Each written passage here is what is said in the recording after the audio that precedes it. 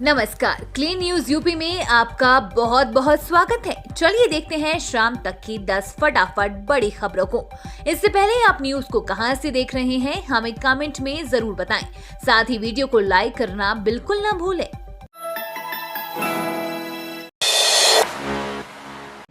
अवैध taxi stand के खिलाफ सीएम योगी ने दिया निर्देश, बोले किसी कीमत पर ना हो अतिक्रमण। मुख्यमंत्री योगी आदित्यनाथ ने कहा कि अवैध टैक्सी स्टैंड किसी कीमत पर संचालित नहीं होने चाहिए, इसे तुरंत हटाया जाए। सड़क के किनारे दुकानें ना लगे, किसी प्रकार का अतिक्रमण नहीं होना चाहिए। शहर में साफ सफाई की व्यवस्था को बेहतर रखा जाए।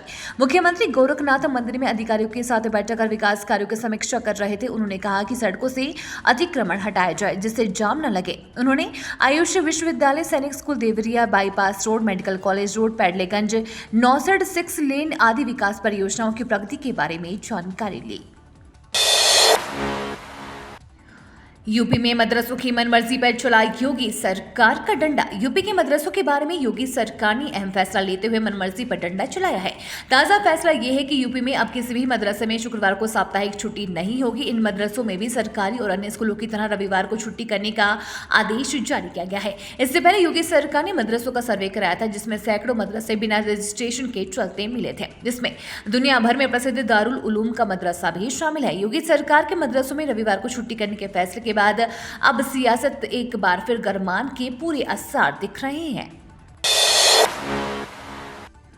कोहरे का असर स्कूलों पर। यूपी के इन जिलों में बदल गया कक्षाओं के लगने का समय। उत्तर प्रदेश में घने कोहरे का असर दिखने लगा है। कोहरे के कारण जनजीवन प्रभावित हो रहा है। कई स्थानों पर सड़क दुर्घटना की खबरें सामने आई हैं। ऐसे में जिला प्रशासन के स्तर पर अब स्कूलों के टाइमिंग में बदलाव की घोषणाएं शुरू हो गई है। कई जिलों से स्कूल में बदलाव की जानकारी सामने आ रही है। आज से ही स्कूलों के समय में बदलाव कर दिया गया है। गाजियाबाद जिला प्रशासन ने स्कूलों के टाइमिंग में बड़ा बदलाव कर दिया है। अब सुबह स्कूल 9:30 बजे से स्कूलों की कक्षाएं शुरू होंगी। वहीं उन्नाव जिला प्रशासन ने भी स्कूल टाइमिंग में बदलाव किया है। अन्य जिलों में भी स्कूलों के समय में बदलाव की तैयारी की जा रही है। बड़ा फैसला, रात 8 बजे के बाद यूपी में नहीं चलेंगी बसें। यूपी में जारी है कोहरे का कहर। प्रदेश में रात 8 बजे के बाद नहीं चलेंगी बसें। कोहरे के चलते परिवहन विभाग ने लिया फैसला। यूपी में बीते 2 दिनों में कोहरे के चलते कई जगह हादसे, अलग अलग जगहों पर 60 से ज्यादा गाड़ियां आपस में टकराई। 2 दिनों में हुए सड़क हादसों में 10 लोगों की मौत हो गई है। 100 से ज्यादा लोगों की जान बाल बची। मंगलवार को वाराणसी एयरपोर्ट पर दिखा कोहरे का असर। कोहरे के चलते मंगलवार को 6 विमान सेवाएं निरस्त की गई। यूपी में छात्रों को मिलेंगे महीने के 40,000 रुपए। योगी सरकार ने यूपी सीएम फेलोशिप योजना की शुरुआत की है। इस योजना के तहत रिसर्च करने वाले छात्रों को नौकरी दी जाएगी। इन विद्यार्थियों को 30,000 के साथ 10,000 रुपए टूर पर जाने के लिए भी दिए जाएंगे। सभी को 1 साल तक इस प्रोग्राम में रखा जाएगा। छात्रों को सर्विस में, पढ़ाई में या किसी प्रकार के डाटा कलेक्शन में किसी प्रकार की दिक्कत आने पर 30,000 रुपए दिए जाएंगे। साथ में 15,000 अलग से टैबलेट खरीदने के लिए और 10,000 रुपए बाहर टूर पर जाने के लिए दिए जाएंगे। यूपी में आईटी की बड़ी कार्यवाही। लखनऊ, बरेली और मुरादाबाद में चल रही रेड। यूपी में लखनऊ, बरेली और मुरादाबाद में आईटी की बड़ी कार्यवाही चल रही है।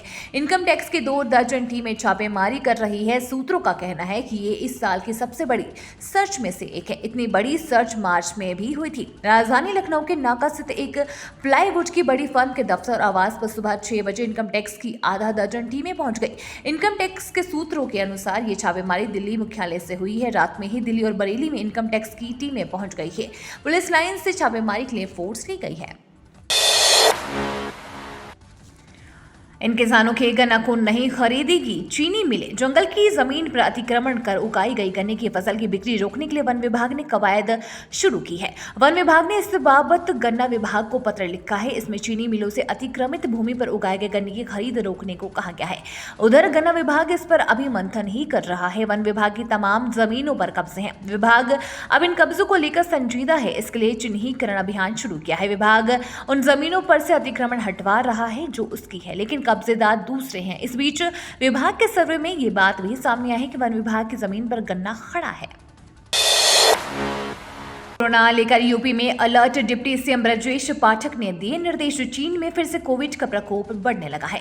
कोरोना को लेकर डिप्टी सीएम ब्रजेश पाठक ने प्रदेश भर में अलर्ट जारी किया है। स्वास्थ्य व चिकित्सा शिक्षा विभाग जांच से लेकर इलाज तक की व्यवस्था शुरू करे। एयरपोर्ट पर चौकसी बढ़ा दी जाए। संक्रमण प्रभावित देशों की यात्रा से लौटे लोगों की जांच कराई जाए। कोरोना पॉजिटिव मरीजों की जीनोम सिक्वेंसिंग कराई जाए ताकि वायरस के वेरिएंट का पता लगाया जा सके। आज उप मुख्यमंत्री ब्रजेश पाठक ने प्रदेश के सभी सीएमओ और चिकित्सा शिक्षा विभाग के अधिकारियों को सतर्कता बढ़ाने के लिए निर्देश दिए हैं। उन्होंने कहा कि कोरोना संक्रमण प्रभावित देशों से आने वाले यात्रियों की जांच सुनिश्चित की जाए। पठान पर जगत गुरु परमहंस आचार्य का विवादित बयान। बोले, शाहरुख खान को जला दूंगा जिंदा। फिल्म पठान पर विवादित बयान देने का सिलसिला जारी है। अब अयोध्या में संत जगतपुर परमहंस आचार्य ने विवादित टिप्पणी की है। जगत गुरु परमहंस ने शाहरुख खान की चमड़ी उधेड़ने की बात कही है। साथ ही शाहरुख को जिंदा जलाने वाले को इनाम देने की भी बात बोली है। संत जगत गुरु परमहंस आचार्य ने कहा कि शाहरुख की चमड़ी उधेड़ कर जिंदा जला दूंगा। जलाने के पहले ही उसकी चमड़ी उधेड़ करके उसको दिखाऊंगा। मेरे आदमी मुंबई में ढूंढ रहे हैं। अगर हमसे पहले किसी को मिले तो कोई सनातनी शेर उनको जिंदा जला दे, मैं उसके परिवार की आर्थिक मदद करूंगा। 30 एकड़ जमीन तैयार हो रहा है। सीबीजी प्लांट से गंदगी होगी दूर, हवा होगी शुद्ध। शहर से निकलने वाला गीले कचरे का निपटारा वैज्ञानिक तरीके से किया जाएगा। इसके लिए एनसीआर में पहला automatic compressed biogas plant Noida में लगाने का रास्ता साफ हो गया है। इसे ग्रेटर नोएडा के अस्तोली गांव की 30 एकड़ जमीन पर लगाया जाएगा। ये क्षेत्र ग्रेटर नोएडा प्राधिकरण के अंतर्गत आता है। ये जमीन नोएडा प्राधिकरण ग्रेटर नोएडा प्राधिकरण से लेगी। इसके लिए लीगल काम शुरू हो चुका है। प्राधिकरण की ओर से एक एजेंडा तैयार किया जाएगा जिसे बोर्ड में रखा जाएगा। इस प्लांट शहर से निकलने वाला 200 मीट्रिक टन गीला कचरा निस्तारित होगा। इससे शहर तो स्वच्छ रखने में सहायता मिलेगी और स्वच्छ सर्वेक्षण को बल मिलेगा। ये तो थी शाम तक की बड़ी खबरें। रोजाना उत्तर प्रदेश की ताजा खबरों के लिए क्लीन न्यूज यूपी को सब्सक्राइब कर बेल आइकन को दबाना बिल्कुल ना भूलें। धन्यवाद।